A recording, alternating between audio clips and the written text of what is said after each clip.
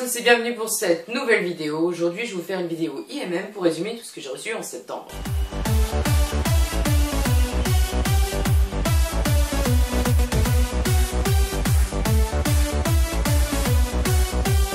Donc on commence tout de suite cette IMM avec une sorte de petite devinette. Donc j'ai reçu le catalogue 2014 des éditions Valentina. Donc bien sûr, qu'est-ce que j'ai pu acheter en septembre qui est sorti chez Valentina?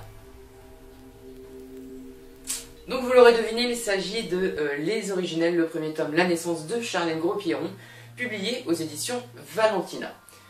C'est un roman qui me tentait tout particulièrement parce que d'abord j'adore l'auteur qui est super drôle, super sympa. Et si elle est aussi drôle et sympa dans la vie réelle que dans ses livres, ce livre va être une tuerie. J'ai vu pour l'instant des avis positifs, donc j'ai trop hâte de le lire.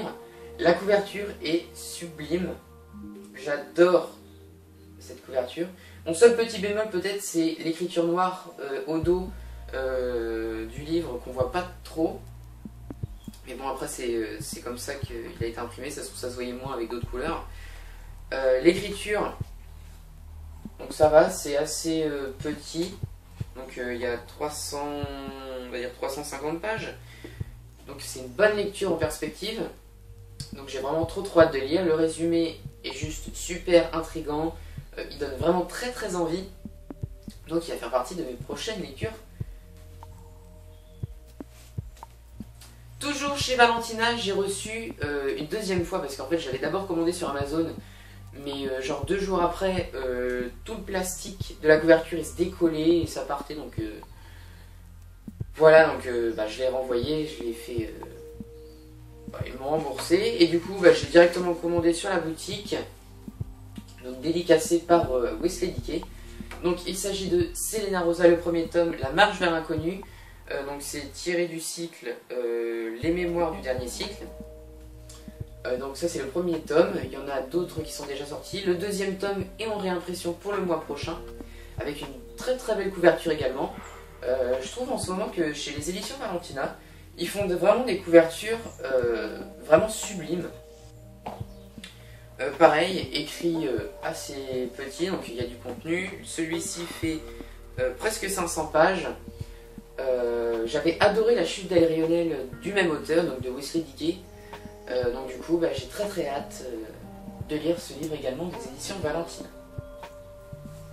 Autre réception, j'ai reçu La voix des oracles, le premier tome, Tia de Estelle Fayet, donc publié chez Scrinéo. Je trouve qu'en septembre les couvertures sont vraiment magnifiques. Celui-ci sort par contre en octobre, donc septembre-octobre. Les couvertures sont vraiment super belles. L'histoire est vraiment très intéressante aussi. Ça se passe au 5e siècle après Jésus-Christ. Donc un petit peu l'Antiquité je crois. Moyen-Âge. Je sais plus. Donc voilà, donc j'ai vraiment très hâte aussi de le lire. Donc écriture pareil. Petite écriture, il fait 340 pages, donc j'ai vraiment hâte de le lire également. Autre réception, donc un roman qui est publié chez Pocket Jeunesse, il s'agit de Au-delà des étoiles, donc de Beth Revis. Lui j'en avais entendu parler en anglais, et j'avais pas envie de le lire en anglais. Du coup j'attendais qu'il sorte en français. La couverture est carrément moins belle en français. Bon ça va encore, elle est potable, mais je pensais vraiment qu'ils allaient reprendre la couverture anglaise qui est vraiment sublime.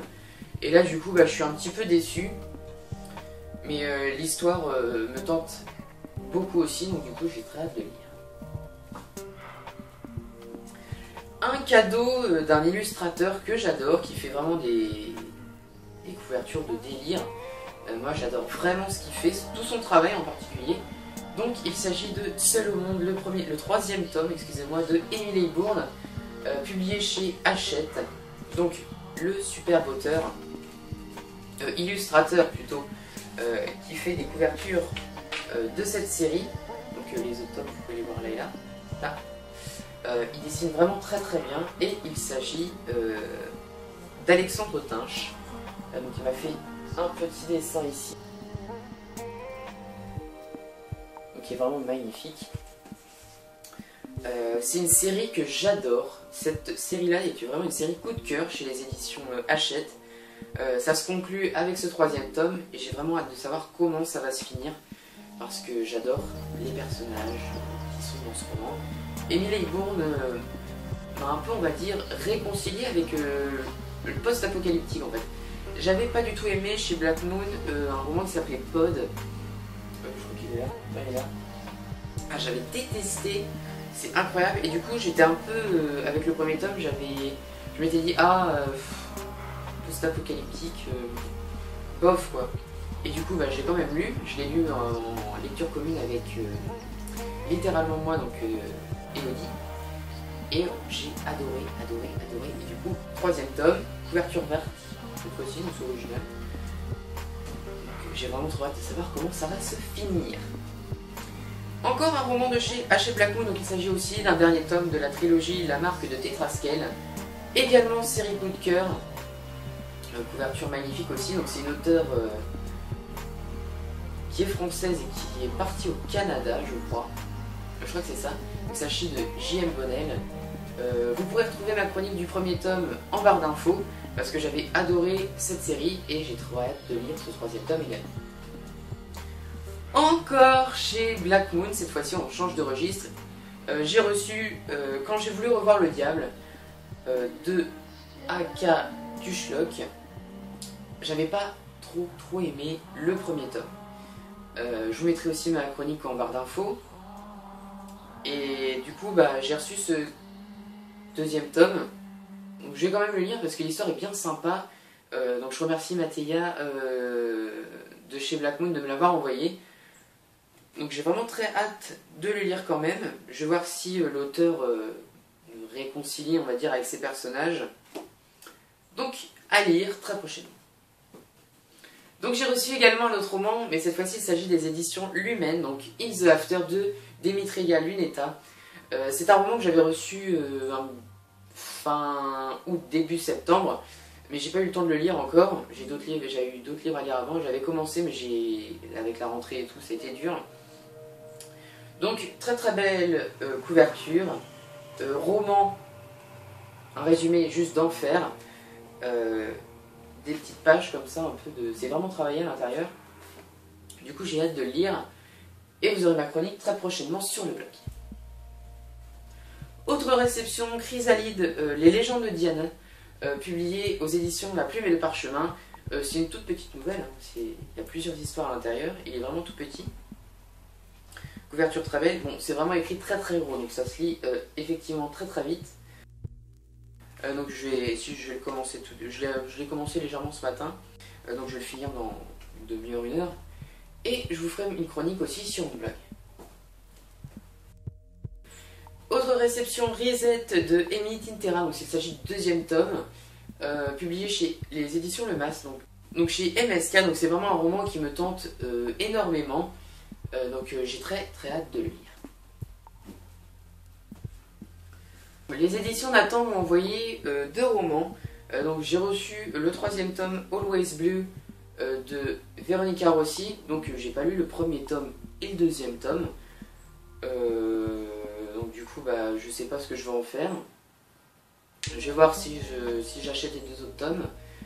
Donc à suivre. Toujours chez Nathan, j'ai reçu Réseau le 2e tome. Je n'avais pas du tout aimé le 1er tome.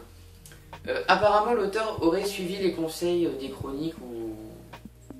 Enfin il aurait pris compte des avis positifs et négatifs. Et du coup il aurait retravaillé. J'ai vu en l'ouvrant tout à l'heure qu'il avait des sortes de petits mémos pour se rappeler tous les personnages. Donc ça je trouve ça vraiment très sympa. Du coup je vais le lire et puis on va voir s'il est meilleur que le 1er tome, donc ça va pas être une priorité, mais je vais le lire.